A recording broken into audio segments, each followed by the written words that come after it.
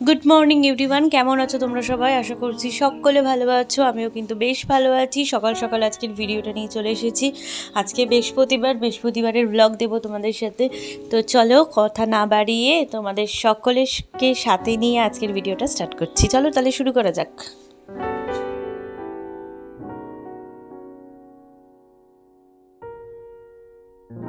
সকালে উঠে যে কাজটা সবার আগে সেরেছি সেটা হচ্ছে স্নান।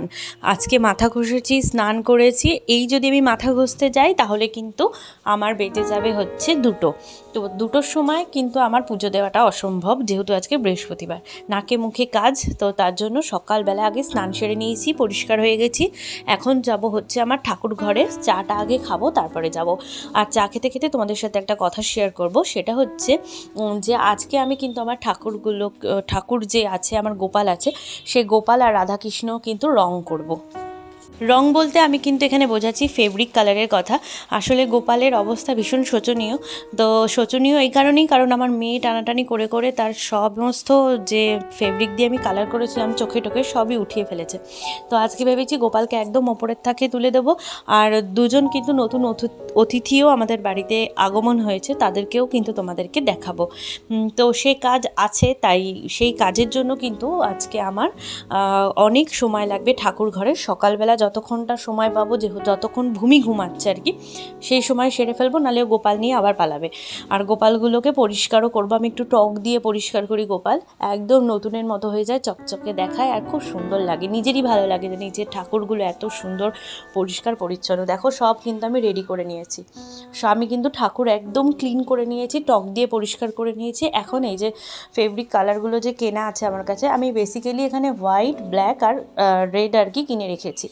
আর এখানে আমি একটা একদম যে স্টার্টিং যে পয়েন্ট তুলিটা হয় সেটা, আর একদম লাস্ট যে মোটা মোটা তুলিটা হয় সেটা একটা কেনা আছে আমার। তো মোটাটা লাগবে না, সরুটাতেই হয়ে যাবে। প্রথমে যে চোখগুলো আছে না ঠাকুরের, সেই চোখগুলোর যে সাদা ভাবটা একদমই চলে গেছে। ভূমি রং করে করে তার সাদা ভাবই উঠিয়ে দিয়েছে, মানে গোপালকেও রং করেছে ও রং পেন্সিল দিয়ে, যেহেতু দেখে যে ফেব্রিক দিয়ে আমি কালার করে দিই ওই জন্যে। তো তাই চোখের জায়গাটা আগে একটু হোয়াইট দিয়ে ঠিক করে নিলাম। এই রাধারানীর আর গোপালের একদমই শেষ অবস্থা শেষ। আর গোপালের চোখগুলো কি বলো তো, একদম ভেতরে খোদাই করে আটকানো। তো এই চোখগুলো না বাইরে থেকে কিনে ওইভাবে লাগানো যায় না, আবার দোকানে নিয়ে গিয়ে ভালো করে লাগাতে হয়।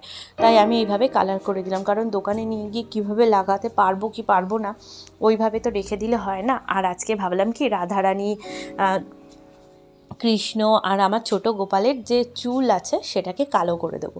রাধারানীর না চুল মানে অনেক ছোট, তো আমার রাধারানী, তো তার জন্য কি হয়, চুল পড়ালে ওনাকে না খুব একটা সুন্দর দেখায় না। তাই আমি ভেবেছি চুল এঁকে দিই, ওনাকে মুটুক ছাড়া এভাবেই রাখবো, সুন্দর লাগবে, তোমাদের দেখাবো শেষে।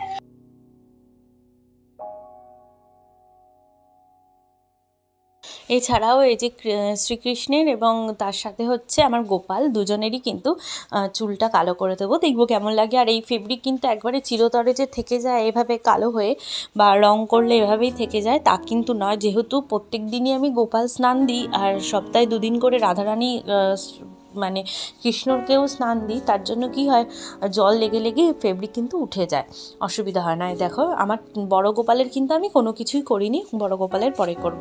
আর এই যে ছোট গোপালকে এভাবে সাজিয়েছি, এদিকে রাধারানী কৃষ্ণ দুজনকেই দেখো কত সুন্দর লাগছে। আর ওইদিকে আমার ছোট গোপালকে তো দেখে মনে হচ্ছে একেবারে নতুন। আর এই দুজন অতিথি কিন্তু আমাদের বাড়িতে এসেছে, আজই এসেছে সকালে। তো যেহেতু আজকে পরিষ্কার হয়ে স্নান টান করেছি, আর ঠাকুর ঘরটার পরিষ্কার একদম করে, যত বাসন আছে, গোপালের জামা আছে যা এতদিন আমি ঠাকুর ঘরে যেতে পারিনি, করতে পারিনি, সেগুলোকে এখন ধোবো, ধুয়ে ঠাকুরের বাসন টাসন মাজবো। আর আমার মেয়েটা উঠে পড়েছে।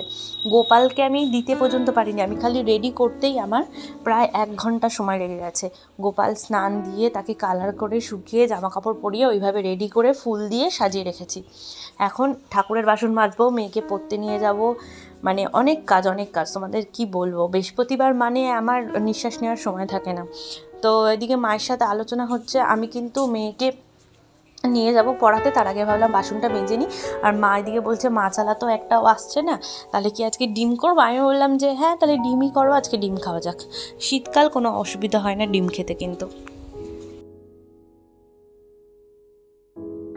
তাই শাশুড়ি বৌমাতে প্ল্যান করলাম, আর ওদিকে মা এখন চলে যাবে ডিম টিম আনবে, রেডি টেডি করবে। চলো ততক্ষণ তোমরা দেখতে থাকো।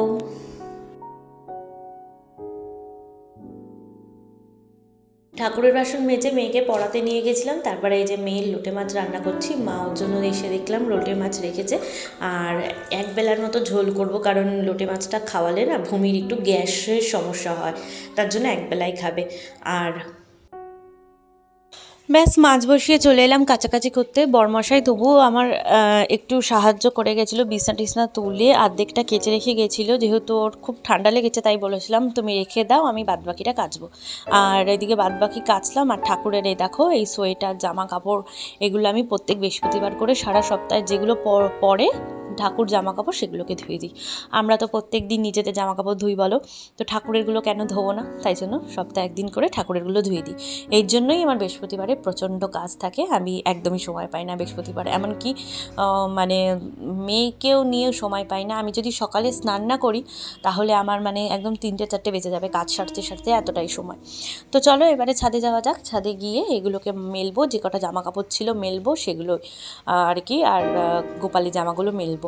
আর অনেকটা বেলা হয়ে গেছে জানো তো, এখন প্রায় 1টার কাছাকাছি বাজতে যায়। তো এই সময়টা রোদটা অনেকটা চলে যায়, তাই দেখছি কোন জায়গাটায় রোদটা অনেকক্ষণ থাকবে আর কোন জায়গাটা রোদ বেশি আছে, সেই জায়গাটা দেখে দেখে এই যে জামা কাপড়গুলো মেলবো। আর তার সাথে সাথে ঠাকুরের জামা কাপড়গুলোও মেলে দেবো। ওই একই তো রোদ একটু ভালো করে দেখে নেব কোন জায়গাটা ভালো আছে, সেই জায়গাটায় সেই বুঝে বুঝে মেলবো। মেললে মোটামুটি আমার কাজ শেষ। এখন নিচে গিয়ে মেয়েকে খাওয়াবো দাওয়াবো, তারপর মেয়েকে নিয়ে শোবো। এই ছিল আজকের আমার রুটিন। তো তোমরা কেমন আছো অবশ্যই কিন্তু ভিডিওটা দেখো, ভিডিওটা শেয়ার করো। এখন ভিউজ অনেক কমে যাচ্ছে সত্যি কথা বলতে, আগে যাও বা ভিউজ হচ্ছিল সেগুলোও বন্ধ হয়ে গেছে। আসলে কি বলো তো, আমাদের তো কন্টেন্টের জন্য আমরা বিদ্রূপ কোনো আচরণ বা বিদ্রূপ কোনো কন্টেন্ট দিই না, ওই সব করতে পারি না সত্যি কথা। যেইটুকু করি সেইটুকু তোমাদের সাথে দেখাই। অশালীন বা অসভ্যতা করে কন্টেন্ট ক্রিয়েট করে ফেমাস হওয়ার মতো মানসিকতা বোধটা রাখি না। তো যাই হোক, মেয়েকে এখানে একটু ডিম খাওয়াচ্ছিলাম, আর ওর খাওয়া দাওয়া হয়ে গেলে ওকে স্নান করিয়ে এবার খাওয়াবো দাওয়াবো, খাইয়ে দাইয়ে তারপরে নিজে স্নান সেরে পুজো দেবো। তো চলো আজকে এই যে আবার জামা কাপড় ছাড়লাম জানো তো, স্নান তো সকালেই হয়ে গেছিলো, আমি তোমাদের আগেই বললাম যে স্নান দেবো। যাই হোক, মাঝে মাঝে বলতে বলতে একটু ভুলও বলে ফেলি। তো এখন হচ্ছে এই বাসনগুলোকে তুললাম, মেজেছিলাম সেগুলোকে আমার ননদ ওপরে দিয়ে দিয়েছিল, তো শুকিয়ে গেছে। এই যে বৃহস্পতিবারের এই যে ঘর টট রেডি করে মেয়েকে আগেই খাইয়ে নিয়েছি, কারণ এঁঠো কাঠা হয় তো তার জন্য। তারপর আবার জামা কাপড় ছেড়ে এই যে এখন পুজো দিয়ে এখন যাব ঘরে। ওর খাওয়া দাওয়া হয়ে গেছে, তা আমি তুলসী থানে জল দিই যখন, ও সবসময় তুলসী থানে জল দেয়। তো মামাকে ছোটোর থেকে একটু শেখানো। আর ভালো লাগলে অবশ্যই কিন্তু ভিডিওটা লাইক করো।